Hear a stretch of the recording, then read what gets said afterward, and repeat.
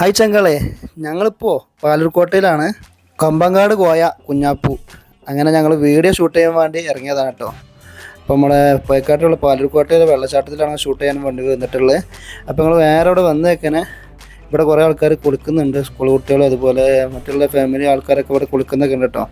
അങ്ങനെ കൊമ്പങ്കാട് കോയം കുഞ്ഞാപ്പൊക്കെ വന്നിക്കണമെന്ന് പറഞ്ഞപ്പോൾ ആളുകളൊക്കെ ഓടിക്കൂടി ഞങ്ങൾ ഷൂട്ട് ചെയ്യാനും വേണ്ടി നിന്ന്. അപ്പോൾ ഞങ്ങൾ ഷൂട്ടിങ്ങിന് പറ്റിയതാണെന്ന് പറഞ്ഞപ്പോൾ അവരൊക്കെ നല്ല രീതിയിൽ സഹകരിച്ചു.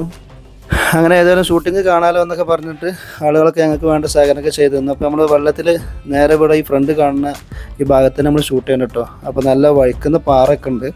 ആ പാറൻ്റെ മുകളിൽ നിന്നിട്ടാണ് ഷൂട്ട് ചെയ്യേണ്ടത്. നമ്മളൊരു കുഞ്ഞാപ്പു കുളിച്ചാൻ പോയിട്ട് നമ്മൾ കോയ തിരഞ്ഞു വരേണ്ട ഒരു സീനാണ് നമ്മൾ ചിത്രീകരിക്കുന്നത്. ഈ വീഡിയോ നിങ്ങൾ കണ്ടിട്ടുണ്ടാവും. ഇതൊക്കെ സ്റ്റിൽ എല്ലാം വീഡിയോ പോസ്റ്റ് ചെയ്തിട്ടുള്ളതാണ്. അപ്പോൾ എൻ്റെ മേക്കിംഗ് വീഡിയോ ആണ് ഇപ്പോൾ നമ്മളിവിടെ കാണുന്നത്. അപ്പോൾ ഒരുപാട് ആളുകളൊക്കെ ഉണ്ട് കേട്ടോ. ഒരുപാട് ആളുകളൊക്കെ നോക്കിയിട്ടുണ്ട്. ഇപ്പോൾ കോയും കുഞ്ഞാപ്പ് വന്നിക്കണമെന്ന് പറഞ്ഞാൽ ആളുകൾ അവിടെ കൂടി എവിടെയാണെങ്കിലും നമ്മളിപ്പോൾ എവിടെ പുറത്ത് ഷൂട്ട് ചെയ്യുകയാണെങ്കിലും ആളുകൾ എങ്ങനെയാലും കണ്ടു കഴിഞ്ഞാൽ അപ്പം മണത്തറിഞ്ഞ് അവിടെ സ്ഥലത്തെത്തും.